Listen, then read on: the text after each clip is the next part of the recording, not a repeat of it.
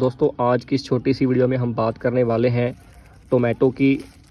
टमाटर को हम कैसे घर पर ग्रो करें बिना किसी केमिकल के, बिना किसी भी फर्टिलाइज़र के, बिल्कुल ऑर्गेनिक तरीके से। दोस्तों मैंने टमाटो ग्रो किए हैं। उगाना बहुत ही आसान है। सबसे पहले आपने ये ध्यान रखना है कि जब इनका सीज़न रहता है तभी आप इन्हें ग्रो करें। और आप देखें गुच्छों में ये टोमेटोज़ दोस्तों इस प्लांट पर लगे हुए हैं। अभी कुछ दिन, कुछ वीक लग सकते हैं इनको फुल मैच्योर होके अभी पकने में। बीच बीच में टमाटोज़ ये पकने भी शुरू हो गए हैं। सबसे पहले दोस्तों अगर हम बात करें तो इनको आप हो सके तो ज़मीन पर ग्राउंड में ग्रो करें। अगर ग्राउंड में स्पेस नहीं है तो आप पॉट में भी ग्रो कर सकते हैं। पॉट को बस आप आउटडोर फुल सन के अंदर रखें। और कई बार देखा होगा आपने इस तरीके से तो टमाटो के ऊपर जो ब्रांचेज है वो ब्लैक होनी, मुरझानी, गलनी शुरू हो जाती हैं। तब ऐसी ब्रांचेस को इमीडिएटली रिमूव कर दें ताकि वो जो फंगस है या कोई भी प्रॉब्लम की वजह से ये ब्रांचेस ऐसी हुई हैं तो आगे पूरे प्लांट के अंदर वो न फैलें। तो उस पार्ट को आप रिमूव करते रहें। इनसे जो प्लांट हमारा काफ़ी हेल्दी रहता है। आप देखें दोस्तों इस एक ही ब्रांच के ऊपर काफ़ी सारे टोमेटोज़ का गुच्छा आपके सामने है। और पानी की इनको काफ़ी कम ज़रूरत रहती है। जैसे अब फरवरी का मंथ चल रहा है तो इनको 15 से 20 दिनों में एक बार आप पानी दें। अगर आप इन्हें ग्राउंड में ग्रो कर रहे हैं तो पॉट में थोड़ा पानी इनको ज़्यादा देने की ज़रूरत रहती है। और दोस्तों जो इसमें रहता है कि इन प्लांट्स की जो केयर हमें करनी है तो इनकी जो गुड़ाई भी आप साथ साथ में करते रहें। अगर आप ग्राउंड में ग्रो कर रहे हैं या फिर ज़मीन पर ग्रो किया है तो जो ग्राउंड में हल्की हल्की गुड़ाई करते रहें।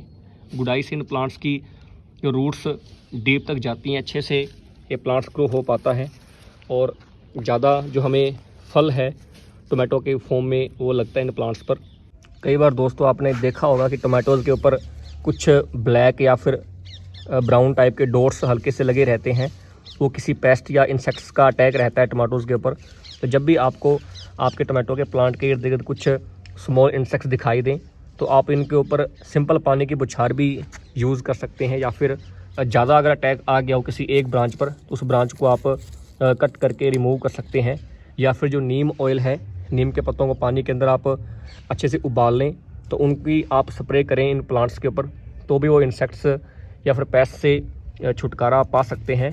बाकी किसी भी केमिकल का आप यूज़ न करें। केमिकल्स का अगर यूज़ करेंगे तो पेस्ट इंसेक्ट्स तो इमीडिएटली रिमूव हो जाएंगे, पर वही पेस्ट वो इंसेक्टिसाइड्स टमाटोज़ के अंदर जाके हमारी बॉडी में एंटर करते हैं, जो कि हमारी हेल्थ के लिए फ़ायदेमंद बिल्कुल भी नहीं है, हार्मफुल रहते हैं। कौन कौन सी इन प्लांट्स को हम खाद देने की ज़रूरत रहती है।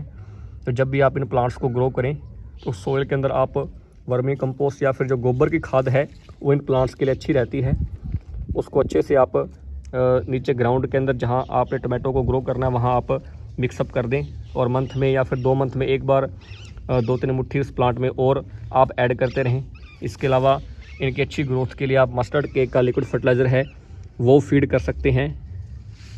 तो इनसे भी इन प्लांट्स की ग्रोथ ठीक रहेगी और ज़्यादा जो अमाउंट में टोमेटोज़ इन प्लांट्स पर लगते हैं।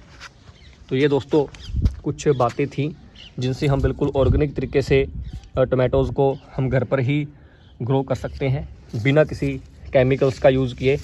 बस थोड़ी सी हमें मेहनत करने की ज़रूरत रहती है। हर 2 से 3 दिनों में हमें इन प्लांट्स को चेक करना पड़ता है कहीं कोई इन्हें कोई बीमारी या फिर कोई अटैक तो नहीं है। तो उनसे हमें इमीडिएटली उसका सलूशन भी निकालना पड़ता है।